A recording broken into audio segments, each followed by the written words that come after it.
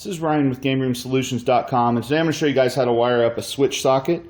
So it's exactly what it sounds like. You got your socket and your switch for the on and off. We're now cutting for those on the deluxe cabinets in the back, so if you want to put one in, it'll just make it a little cleaner. That'll fit in there and you'll just screw it in and wire and then push the wires in. But it'll make it a little cleaner. If you don't want one, it's no big deal. It's just a little bit more air circulation in the back. So what you do here is you have your normal power strip that you're going to put in the unit so you can plug everything up. I don't know, give it a foot or so, 2 feet, and you're going to cut that off.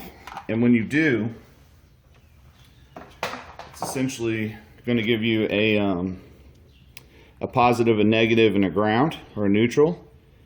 You'll just strip those back and then go to Home Depot and get some of these female disconnects here for the 14 to 16 gauge wire.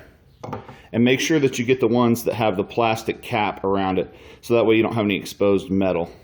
So from there, it's pretty simple. You'll just feed the wire in. Make sure you get them all. See there, you have about a ½ inch of that stuff sticking out, and then you'll put it in. And then you can just take a crimp tool, line it up, crimp it on.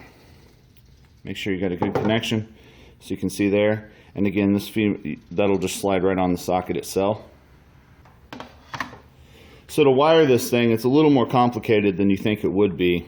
But essentially, so I have the sockets on the bottom. And once you have all your caps on, coming out of the wire, you'll have your black going to the top left, the white going to the middle left, and then your ground going to the bottom. In addition to that, what you'll do is on the wire that you cut off, I have a long wire here of what I cut off. Cut you off, pull this out and cut off some strips. I don't know, let's call it 3 inches, something like that. Strip both ends and put a connector on both ends, because you have to chain a couple of these together. So again, I have the socket here on the bottom, and you'll want to take these little wires and do one from the top to the middle, and then from the second one here to the fourth one. So you just got to kind of jumper these down, so that way it passes the power. Whenever you turn on the switch, it'll pass the power down to this. So that's it. It's pretty simple to do once somebody explains it. I haven't seen a video like this out there. I've just seen some forum posts on how to do it.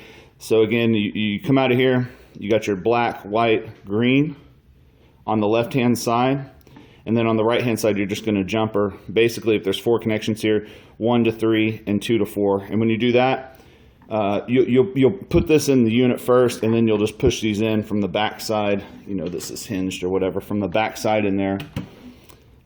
You'll do that, and then you just plug a normal computer cord into here. And now whenever you do a shutdown, you can just reach around the back and flip the switch, as opposed to having to open up the unit and pop the power strip.